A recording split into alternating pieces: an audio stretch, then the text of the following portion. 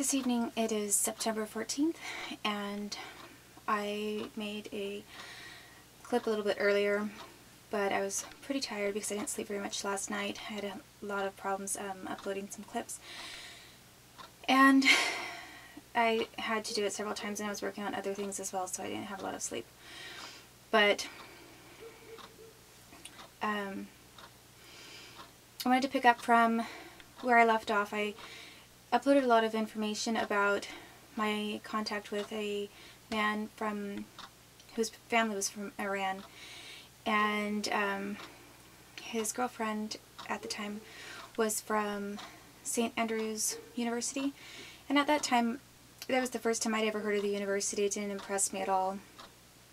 I'd never heard of it before. He asked me if I'd heard of it, and I said no, honestly, I hadn't. And I asked if it was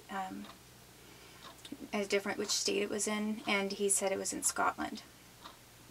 And that was the first time I've ever heard of St. Andrews University. That was in 2004. So, contrary to maybe what a lot of people might have thought, I really didn't watch the news that much. I mean, I kept up with news by reading bylines, but I didn't watch a lot of TV. I watched foreign films. I like checking out independent and foreign films and renting movies, but I didn't spend a lot of time with television. And I didn't buy celebrity magazines or anything, so I had never heard of Kate Middleton my entire life. Actually, the first time I ever heard of St. Andrews, not knowing anything about her, was in 2004 because of this Iranian man. First time I ever heard about Kate Middleton, or I'd ever even heard the name, was in 2009 when I was in Washington, D.C. working at the Post Pub.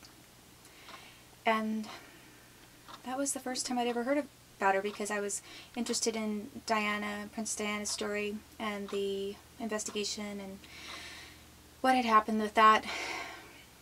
I had made a point of not looking up her sons or anything. I wanted to focus just on the woman as a woman, not as a celebrity figure, but as a person who was under mysterious circumstances. So I really, I had never heard of any of those other individuals until I decided, well, maybe I'll look up the sons because it could shed light on her personality and habits and things that, you know, might be important. So I did look them up, and that's the first time I think I've read like one article about each of them, and that was it. First thing I ever saw was childhood clips. I decided to look at some video clips first. And so that was, 2009. It was for not knowing and understanding how much of my life was factoring into the Middletons' life and the Middleton group in the UK and people over here. I was completely clueless. It was just very strange to me because so many things that I have thought, that have come to my mind just on some random whimsy, having no idea why it's coming to mind at all. I've later discovered that sometimes I'm just now discovering something that has been a huge thing in my life, or surrounding my parents' life in some way, and yet I had no idea all along. I mean, for example, I became sort of interested in quote-unquote psychic research and that kind of thing, that how the government uses people who are gifted psychically, and Christians will call it, gift of prophecy. I think Jewish do, I think also Muslims do. And I mean, you can have a gift that's sort of takes a religious tone, or that you go to a higher power for, but there are people, it's just sort of a natural gift too. I think that it's like singing or something that you're born with sometimes, that really doesn't mean that you practice a certain religion or witchcraft or Wicca or whatever. It's just some people are like that, and that's just their gift, and I think you can work at it. But so I was interested in I think that actually the interest came up because I was reading about Diana, and I was reading that she had these different psychic people she talked to, and so from there, I wondered about psychic stuff. And then I, like, who was she consulting with, and what was this all about? So that's when I learned a little more about government psychic stuff. And I didn't even think about any of that. I barely thought about it in maybe 2009, like in the later part. And then it wasn't until I was back in Wenatchee, of all things, that I began to look it up with a serious curiosity. And here I was fascinated with this idea of people being able to read each other's minds. Or, some people who claim that they could move things a little bit by willpower and focusing their concentration of their energies towards a certain object. And I had been told that I'm intuitive. I think I have some instincts and I am fairly intuitive, but I don't read minds. And I've never met anybody who did. Reading about these rare cases of government people that did was very fascinating to me. I mean, it was very interesting. I couldn't believe. I knew that something had been done to torture me and my son, probably from a government agency. I had thought at the time it was probably Department of Energy, because of the extreme kinds of pain and the kinds of energy that would have to be used to do that. But, hitting upon this thing of psychic research was totally a new thing to me. And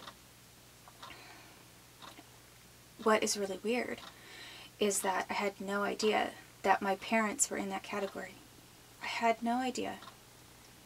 My entire life, I had been living with people who were extraordinarily gifted in ways that I had no clue over. Nobody ever said a word about anything like that. I never saw a hint of anything unusual. I never got tips. I never had anybody try to coach me in learning the same thing. Nobody brought it up. I think that on my dad's side, my grandpa Garrett, I think that he was gifted that way. And he lived in Idaho, and I know that my brother and I went to visit him, a couple of summers for like a week. We did a little bit of fishing. I couldn't stand to kill the fish. I couldn't bear to look at them being killed. But I did like eating the fish. And he had a trout farm and some acreage. We used to go on hikes and different things. Watch Star Trek. It was the only show that he really allowed us to watch, was Star Trek. And I never heard anything from him about it.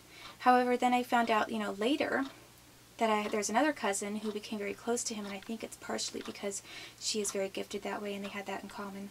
And I didn't know that she was gifted in that way either. Typically not something I guess you broadcast to a lot of people. And on my mother's side, my grandmother used to talk about how she could feel things for people and it was empathetic. I just thought she was a sensitive soul, granny. Kind of eccentric and, oh, are you having a headache? Are you having a headache? Because I could feel a headache, and I sometimes feel things for people, and I wondered if that was you that was having a headache. I mean, that kind of thing. And it just seems sort of like a grandmotherly thing. She's a little eccentric, but she's very smart, very funny. And